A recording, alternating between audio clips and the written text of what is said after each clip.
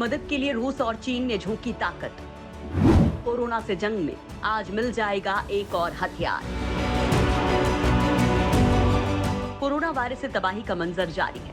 एक ही दिन में कोरोना के 4 लाख से ज्यादा पॉजिटिव केस आए हैं। लेकिन इस बीच कोरोना वायरस के खिलाफ जंग में भारत को आज एक और हथियार मिलने जा रहा है। रूसी कोरोना वैक्सीन स्पुतनिक वी की पहली खेप आज भारत आ रही है। इससे पहले भारत में कोविशील्ड और कोवैक्सीन के साथ कोरोना के खिलाफ जंग जारी है। स्पुतनिक वी की पहली खेप आने के बाद से भारत में टीकाकरण की रफ्तार और तेज हो जाएगी, क्योंकि दुनिया के सबसे बड़े टीकाकरण अभियान में एक और वैक्सीन जुड़ जाएगी। रूसी अधिकारी ने इसकी पुष्टि की है कि आज यानी 1 मई को भारत में स्पुतनिक वी वैक्सीन की पहली खेप आ जाएगी।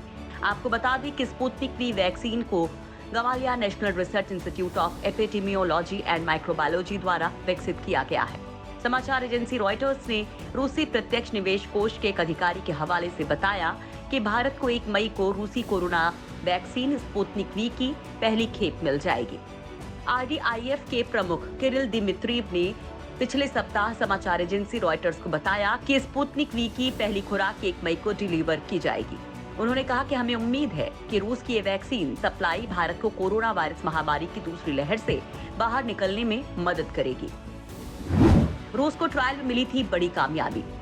शुरुआत में इस वैक्सीन की क्षमता पर सवाल खड़े किए गए, लेकिन बाद में जब इस साल फरवरी में ट्रायल के डेटा को द लैंसेट में पब्लिश किया गया तो इसमें इस वैक्सीन को सेफ और इफेक्टिव बताया गया। स्पुतनिक वी के तीसरे चरण के परीक्षण में ये 91.6% प्रभावी साबित हुई है और कोई दुष्प्रभाव भी नजर नहीं आया।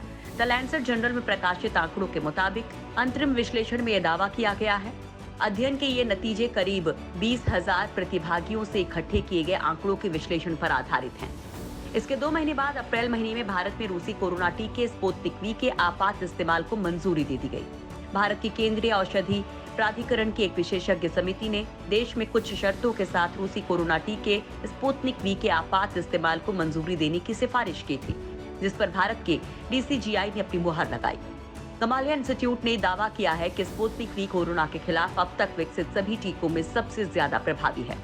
रूसी corona vaccine Sputnik V AstraZeneca की वैक्सीन की तरह ही एक वायरल वेक्टर वैक्सीन है, लेकिन किसी भी अन्य कोरोना वैक्सीन के विपरीत स्पुतनिक वी वैक्सीन की दोनों खुराक एक दूसरे से अलग होती हैं। स्पुतनिक वी की दोनों खुराकों में अलग अलग वेक्टर्स का उपयोग SARS-CoV-2 के स्पाइक प्रोटीन को टारगेट करने के लिए किया गया है। आपको बता दें कि SARS-CoV-2 ही कोरोना वायरस का कारण बनता है। वैक्सीन की प्रकृति में भी स्पुतनिक वी की 2 खुराक एक ही टीके के थोड़े अलग संस्करण है और इसका उद्देश्य कोरोना के खिलाफ लंबी सुरक्षा प्रदान करना है। क्या हो सकती है कीमत? अगर इस वैक्सीन की कीमत की बात करें तो कंपनी ने इसकी कीमत को लेकर कहा है कि भारत में स्पुतनिक वी के एक डोज के लिए अधिकतम $10 यानी करीब ₹750 खर्च करने होंगे। हालांकि स्पुतनिक वैक्सीन की आधिकारिक कीमत का ऐलान नहीं हुआ है। फिलहाल भारत में जो 2 वैक्सीन है उसे केंद्र सरकार ₹150 में खरीद रही है, तो कोवैक्सीन को ₹400 और कोविशील्ड को ₹300 में खरीद सकते हैं। रूसी वैक्सीन स्पुतनिक वी की ग्लोबल रीच बहुत ही ज्यादा हो सकती है, क्योंकि स्पुतनिक वी की आपूर्ति के लिए 60 से ज्यादा देशों ने कॉन्ट्रैक्ट साइन किए हैं। अब स्पुतनिक वैक्सीन की पहली खेप भारत पहुंच जाती है तो टीकाकरण के तीसरे फेज में इसका इस्तेमाल हो सकता है। आज से भारत में 18 साल से अधिक उम्र के लोगों को भी टीका लग रहा है।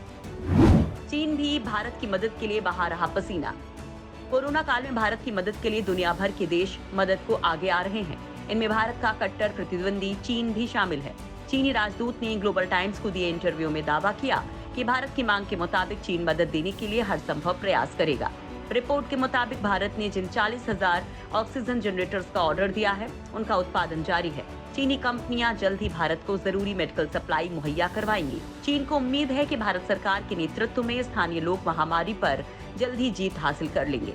अप्रैल से चीन ने 5,000 से ज्यादा वेंटिलेटर, करीब 22,000 ऑक्सीजन जनरेटर, 3,800 टन दवाएं और 2.1 करोड़ मास्क भेजे हैं। उन्होंने बताया कि चीनी कंपनियां पूरा दिन काम करके तेजी से 40,000 ऑक्सीजन जनरेटर का उत्पादन कर रहे हैं और उन्हें जल्द से जल्द डिलीवर करने की कोशिश की जाएगी। सुन ने बताया कि कई चीनी कंपनियां और निजी संगठन भी भारत की मदद करने में जुटे हुए हैं। उन्होंने कहा कि मेडिकल सप्लाई के साथ साथ दोनों देशों के हेल्थ एक्सपर्ट्स के बीच संचार भी स्थापित किया जाएगा। इससे पहले चीन के राष्ट्रपति शी जिनपिंग ने प्रधानमंत्री नरेंद्र मोदी को एक संदेश भेजकर भारत में कोरोना वायरस महामारी पर संवेदना व्यक्त की थी। और देश में कोविड-19 मामलों की बढ़ोतरी से निपटने के लिए समर्थन और सहायता प्रदान करने की पेशकश की थी।